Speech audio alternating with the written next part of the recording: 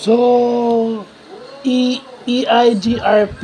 Ang protocol mo EIGRP, meron tayong dalawang selection path. No, pinag-uusapan dun yung advertised distance at yung feasible distance. So, yung advertised distance is kung gaano kalayo.